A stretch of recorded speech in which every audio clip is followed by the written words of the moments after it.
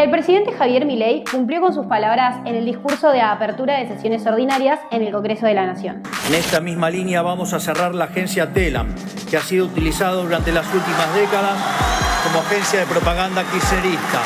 48 horas más tarde, el ingreso al edificio de la redacción de Telam fue vallado, la web deshabilitada y los trabajadores de la agencia estatal suspendidos con goce de haberes. No es la primera vez que desde el Estado intentan achicar o cerrar el medio público. En la gestión de Mauricio Macri hubo un plan para reducir la planta y desde que fue creada en 1945 por el general Juan Domingo Perón, cada gestión intentó modificar la agencia que nació bajo el nombre de Telenoticiosa Americana.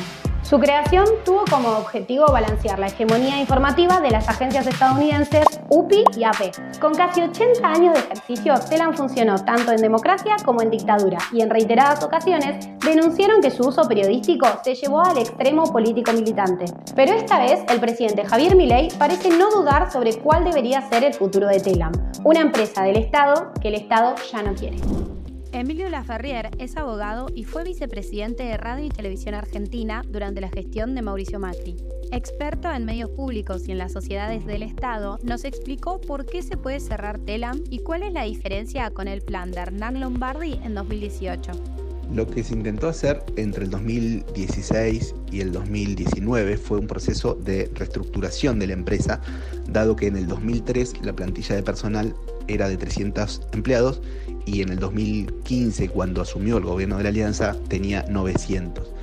De manera tal de que lo que se intentó fue tratar de volver a la plantilla original y brindar mejores servicios, pero fue llevado adelante con un gran rechazo y con una gran resistencia de la mayoría de los empleados y de los sindicatos internos de Telam.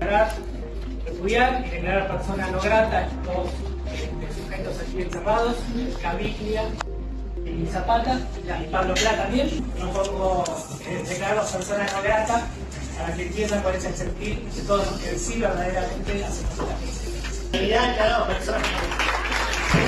Lo que sucede ahora en el 2024 es que el gobierno de Milei lo que prioriza es que el Estado no tiene por qué tener los gastos que demanda una agencia oficial de noticias cuando puede comunicar sus actos de gobierno de otra manera, y además porque ha sido tan viciado y contaminado la burocratización de la empresa que hace imposible que se pueda sanear. Las sociedades del Estado pueden ser creadas por ley o por decreto. Si una sociedad del Estado es creada por ley, va a necesitar una ley para cerrarse. En el caso de Telam, fue creada por decreto. En este caso, importa la Ley de Sociedades del Estado, que indica que las empresas del Estado, no importa por qué instrumento fueron creadas, si se quieren cerrar, van a necesitar una autorización del Congreso. Dicho esto, lo que sucede con Telam en esta situación es que el DNU 70, decretado por Milei en diciembre del 2023, deroga la Ley de Sociedades del Estado. Por lo tanto, libera al Poder Ejecutivo de recurrir al Congreso para cerrar una sociedad del Estado. En esta situación es que el interventor actual, a través del Poder Ejecutivo o como representante del Poder Ejecutivo, está en condiciones de poder cerrar la empresa del Estado Telam, porque lo ampara el decreto, el DNU 70 del 2023. Bernarda Llorente, la presidenta de Telam durante la gestión de Alberto Fernández, nos explicó la importancia de Telam y su posición. Creo que existe una parte importante de la población que no sabe exactamente qué es Telam, ya que se trata de una agencia de noticias y de publicidad, y su rol fundamental históricamente ha sido el de proveer de insumos a los medios, más que informar directamente a la población, aunque en los últimos tiempos lo ha hecho a través de la web y las redes sociales. Con lo cual es difícil suponer que haya una mitad de la opinión pública que apoya y otra que esté en contra de un tema que la verdad que desconoce y creo que le pasa por el costado. Lo que intenta instalar el gobierno de Milei es una visión antiestado, y en esa agenda atenta contra Telam, una agencia con 78 años de existencia que ha atravesado las distintas vicisitudes de la realidad argentina de estos tiempos.